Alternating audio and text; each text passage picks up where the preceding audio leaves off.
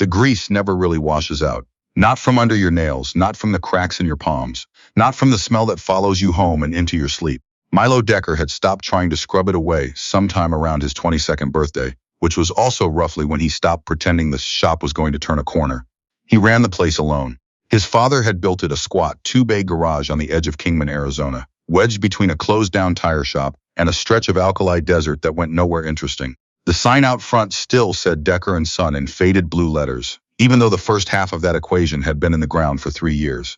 Milo had kept the name because changing it cost money he didn't have, and because on the bad days when the accounts were thin and the work was slow, it felt like company. He was good. Better than good if you asked anyone who'd brought a bike to him and watched him work. He had the kind of hands that understood machines the way some people understand language, intuitively, without having to think too hard about the grammar. He'd rebuilt a '68 Triumph Bonneville from a box of parts at age 17. He diagnosed a fuel delivery problem on a V-Rod that 2 other shops had given up on by listening to it idle for 40 seconds. His father had taught him that a machine tells you what's wrong if you're quiet enough to hear it. Milo had learned to be very quiet, but being good at something and making a living at it are 2 different problems. Kingman was a small town with a small pool of regular customers.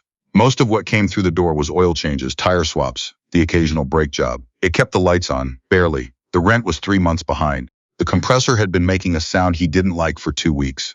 And it was the kind of Tuesday in late September where the heat still hadn't broken, and the phone hadn't rung since morning. He was lying on his back under a '98 Sportster, tracing a hydraulic leak that had already wasted 20 minutes of his afternoon, when he heard the bikes. Not one, not two. Something that started as a vibration in the concrete and grew into a sound that filled the garage the way thunder fills a valley, low, rolling, inescapable. He slid out from under the Sportster and sat up, wiping his hands on a shop rag that wasn't clean enough to do much good. 2 motorcycles pulled into the lot, then 2 more, then another 4. They parked in a loose line along the gravel, engines cutting off one by one, and the silence that followed felt deliberate. The man who got out front was not someone you looked away from. He was built like something quarried rather than born. Wide across the shoulders, neck like a post, forearms covered in ink that had blurred at the edges the way old tattoos do, stories that had softened with time. He wore a leather cut with a bottom rocker that said Arizona and a patch at the top that Milo recognized without needing to read it. His name, Milo would learn in the next 60 seconds, was Dorn Priest. Most people called him Priest. He had been the sergeant-at-arms of the Broken Axle chapter for 11 years, and he walked into that garage the way men walk into places they've already decided belong to them. "You Decker?" he said. "Yeah. They say you're the best wrench in the county." Milo looked at the 8 men standing behind Priest in the September heat and decided this was not the moment for false modesty. They're probably right.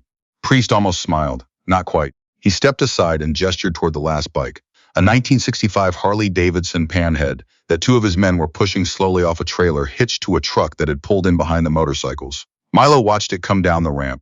Even from 20 feet away, even before he'd touched it, he could see the years in it. The chrome was honest, dulled and pitted in the places you'd expect if the bike had actually been ridden, not trailered to shows.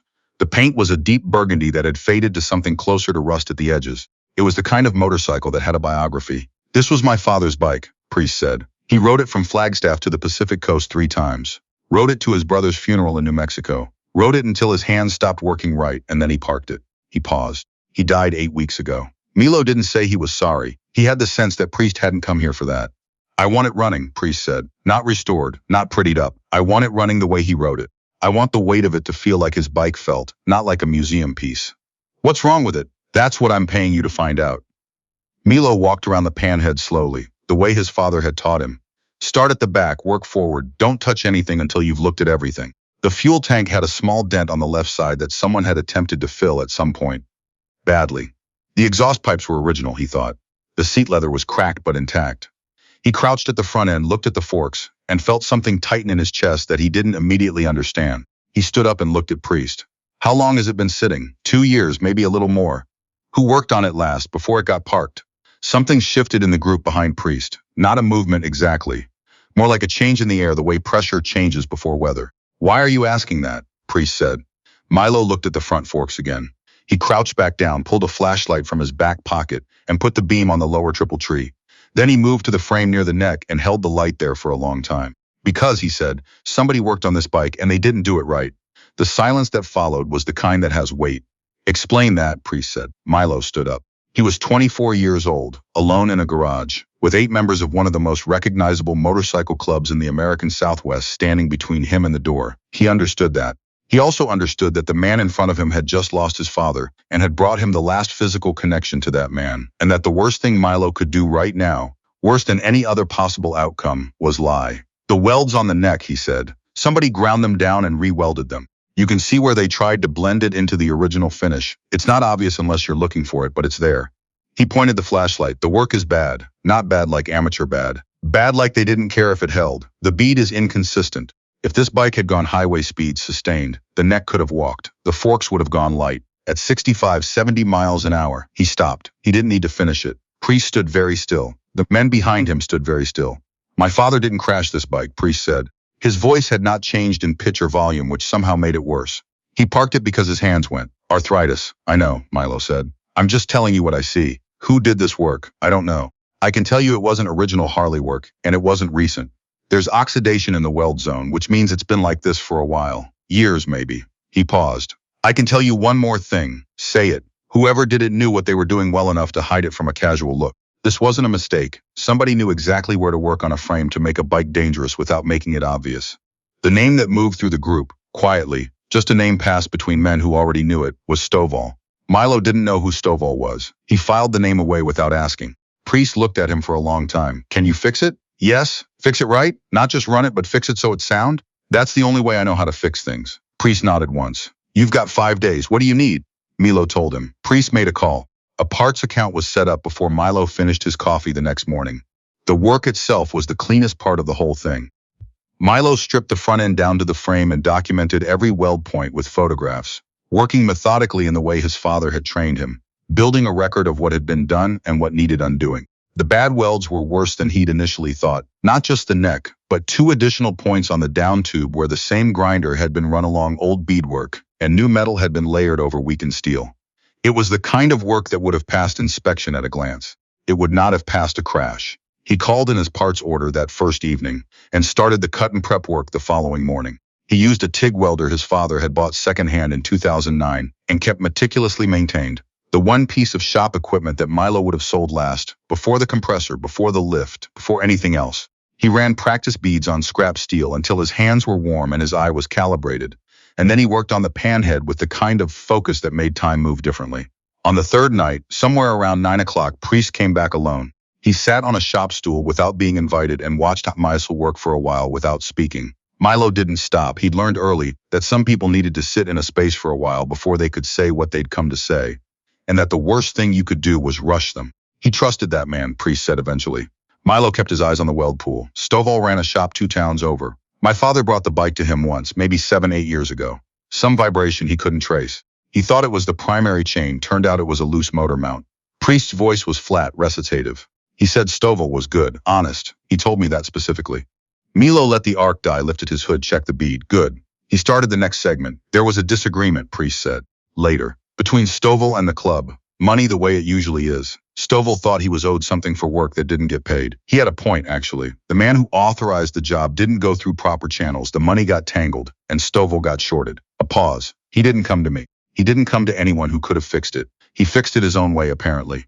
Milo set down the torch. He pulled up his hood and looked at Priest. Your father didn't know, Milo said. It wasn't a question. He didn't know. Priest was quiet for a moment. He wrote it for 2 years after that. Highway miles. He wrote it to my cousin's wedding in Tucson. Another pause. I keep thinking about that. Milo didn't say anything. Sometimes the right thing to say is nothing at all, and he'd learned to recognize those moments.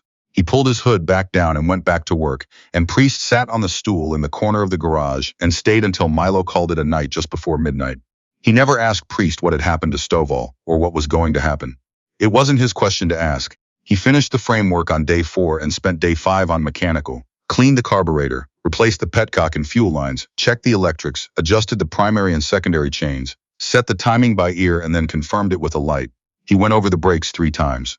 He road tested it in the empty lot behind the shop at 6 in the morning, while the town was still quiet, running it up to speed in the long straight stretch of industrial road that ran behind the tire shop's empty lot, feeling for anything that pulled or wandered or spoke wrong. The bike was solid, not museum solid, alive solid. It ran the way old American iron is supposed to run when someone who understands it has had their hands on it, with authority, with a low rumble that you feel in your sternum, with the particular personality that a machine acquires when it's been ridden hard and maintained honestly over decades. Milo brought it back to the shop and sat with it running for a while, listening, the way his father had taught him. He heard nothing he didn't want to hear. He called Priest that afternoon. "It's ready. We'll be there tomorrow morning." Milo assumed that meant Priest and a few of the men who'd come the first day. He arrived at the shop at 7, made coffee, and rolled the Panhead out into the morning light to look it over one more time in natural sun. The weld repairs were invisible under the original paint, which he'd matched and touched up carefully. The bike looked exactly as it had when it arrived. Dented, faded, honestly used, except that now it was sound. He heard them at 7:45. It started the same way it had the first time. A vibration, then a sound, then a presence that expanded to fill the space around the shop. But this time it didn't stop at 8 bikes. He stood with his coffee cup and watched them come, down the 2-lane off the highway, turning into the gravel lot in a line that kept going after the lot was full, bikes lining the road shoulder. The sound of engines cutting off, rolling down the line like a wave, retreating from shore. He counted to 40 before he stopped counting. He would later hear the number was 263. They were not loud. That was the thing he would remember most when he described it later. To the few people he described it to at all. 263 motorcycles. 263 men and women in leather cuts, standing in the September morning in Kingman, Arizona, and they were almost completely silent. A few engines ticked as they cooled. Someone coughed. The wind moved a paper cup across the gravel, and nobody stopped it. Priest walked through the crowd toward him, and Milo noticed he was carrying something, a folded piece of cloth, dark green, that he held with both hands. He stopped in front of Milo and didn't say anything for a moment. "My father's name was Gerald Priest," he said. "He rode for 41 years. He never broke a promise, and he never let a friend leave broke." He looked at the Panhead standing in the morning light. "He would have liked you." He handed Milo the folded cloth. It was a shop rag, old, worn, soft, the kind that absorbs everything because it's been used for years. Embroidered in one corner, in letters that had faded but not disappeared, were 2 initials. GP. "He kept this in his back pocket," Priest said, "since before I was born." Milo held it for a moment. He didn't trust his voice to say what he would have wanted to say, so he didn't say anything. He nodded once. Priest nodded back. Then Priest walked to the Panhead, swung his leg over, settled his weight onto the seat the way men settle into something familiar, and sat there for a moment with both hands on the bars. He didn't start it immediately. He just sat with it, eyes forward, the crowd silent behind him. When he turned the key and kicked it over, the engine caught on the second kick, that deep, loping, unmistakable Panhead idle that sounds like nothing else ever made. And the sound moved through the crowd like something felt rather than heard. Priest sat with it running for 30 seconds, maybe a minute, listening. Then he looked at Milo. "It sounds like his bike," he said. Milo said, "It is his bike." Priest pulled out of the lot slowly, and the crowd parted and then followed, one by one, until the last engine sound faded down the highway and the lot was empty again. The whole thing had taken less than 20 minutes. Milo stood in the gravel with his coffee cup and Gerald Priest's shop rag and the ringing quiet that follows when 263 motorcycles leave at once. The compressor was still making its bad sound somewhere behind him in the shop. The sign still said Decker and Son in letters that needed painting. The rent was still behind. None of that felt different. None of it felt smaller, either. He folded the shop rag carefully and put it in his back pocket, the way Gerald Priest had kept it for 40 years, and went back inside to finish the Sportster.